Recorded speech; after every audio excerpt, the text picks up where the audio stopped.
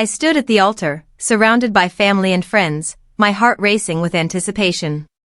The flowers were perfect, the music softly playing, and every seat in the room was filled, except for one.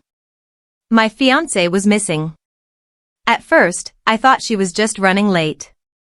But minutes turned into hours, and whispers spread across the room. Then came the realization that shattered me: she wasn't coming. That day, my world collapsed. For 3 long years, I carried one haunting question: why did she disappear? Before everything unraveled, our love story looked like a fairy tale. We met at a mutual friend's birthday party, a crowded room where our eyes seemed to find each other instantly. She was bright, full of life, and carried a kind of confidence that made people lean in just to hear her speak.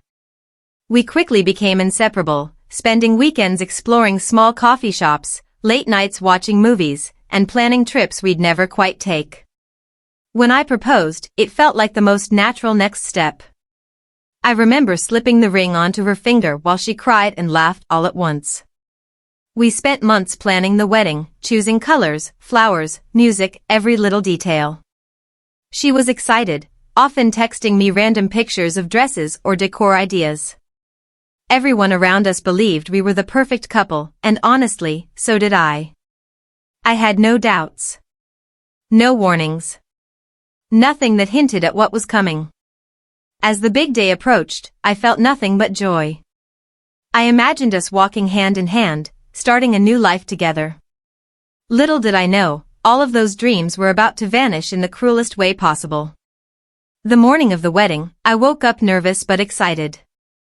My best man joked about cold feet, but I brushed it off. By the time I reached the venue, everything looked like a dream. Guests were arriving, the photographer snapping pictures, and my parents beamed with pride. But as the ceremony drew closer, my bride-to-be was nowhere in sight. At first, people assured me brides are always late, it was tradition. 15 minutes passed. Then 30. I tried calling her phone, but it went straight to voicemail.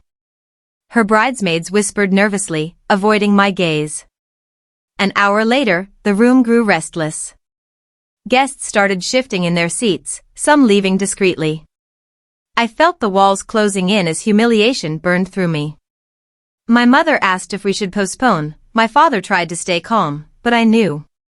Deep down, I knew she wasn't coming. Finally, one of her bridesmaids pulled me aside, her face pale. She left, she whispered. Just like that. No explanation. No note. She had simply vanished on the day we were supposed to start forever. I stood frozen at the altar, flowers wilting around me, watching as everything I believed in crumbled before my eyes. The days after the wedding were a blur of confusion, anger, and heartbreak. I couldn't leave my apartment without hearing whispers or sympathetic comments. People looked at me like I was broken, and maybe I was. I couldn't sleep, couldn't eat. I kept replaying every moment of our relationship, searching for signs I might have missed. Friends tried to comfort me, but their words fell flat. My parents suggested I move on, but how do you move on when you don't even know what went wrong? It felt like my life had been paused while the rest of the world kept moving forward. Social media made it worse.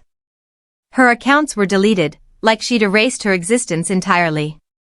No pictures, no updates, nothing. It was as if she had been swallowed by the earth.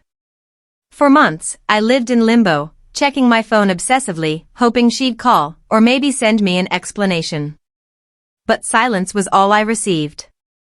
Eventually, I tried to bury the pain. I threw myself into work, forced myself into routines, and pretended to be fine. Yet every night, when the world grew quiet, the same question haunted me: why did she disappear? 3 years later, I had built a fragile sense of normalcy. I wasn't healed, but I had learned to live with the wound. Then, on an ordinary afternoon, everything changed. I was at a bookstore, thumbing through novels, when I heard a familiar laugh. It froze me in place. Slowly, I turned, and there she was. My fiancée. The woman who had shattered me. She looked different, older somehow, but it was unmistakably her. She wasn't alone. A little girl clung to her hand, no older than 2. My heart pounded, and before I could think, our eyes met. She froze too, her face draining of color. For a moment, we just stood there, trapped between the past and present. Finally, she whispered my name. I demanded answers, my voice shaking with years of pent-up pain. Why had she left? Why had she humiliated me in front of everyone? She glanced at the child, tears welling in her eyes. And then, finally, she spoke. The truth unraveled in fragments. She had discovered she was pregnant before our wedding, but the child wasn't mine. In a moment of panic, fear, and shame, she ran. She left everything behind rather than face me with the truth. The man she was involved with had promised to support her, but he abandoned her shortly after. She raised the child alone, too ashamed to ever come back. Until now. Her confession hit me like a storm. My chest tightened as I tried to process her words. For years, I had blamed myself, wondering if I wasn't enough, if I had somehow driven her away. But now I knew, it wasn't about me at all. It was about her choices, her mistakes, and her fear. She sobbed, apologizing over and over, begging me to understand. She claimed she had loved me but didn't know how to face the consequences of her betrayal. The child tugged at her hand, unaware of the chaos swirling between us. I wanted to scream, to unleash every ounce of anger I had carried for 3 years. But when I looked at her daughter, innocence staring back at me, the fury melted into something else, grief. Grief for the life I lost, the trust she destroyed, and the years I'd never get back. I told her I couldn't forgive her, not now, maybe not ever. She nodded, tears streaming down her face, as though she had expected that. She said she only wanted me to know the truth, to stop living in the shadows of questions. As she walked away, her daughter's tiny hand clutching hers, I felt both relief and devastation. The mystery was solved, but closure doesn't always heal. Sometimes, it just confirms the scars will always remain. In the end, I finally had my answer, though it wasn't the one I ever wanted. For 3 years, I lived with ghosts of what if, only to learn the truth was far more painful than any mystery. She didn't vanish because of me, she vanished because of choices she couldn't face. The pain hasn't disappeared, and maybe it never will. But at least I no longer carry the weight of the unknown. Sometimes closure isn't about healing. It's about finally knowing.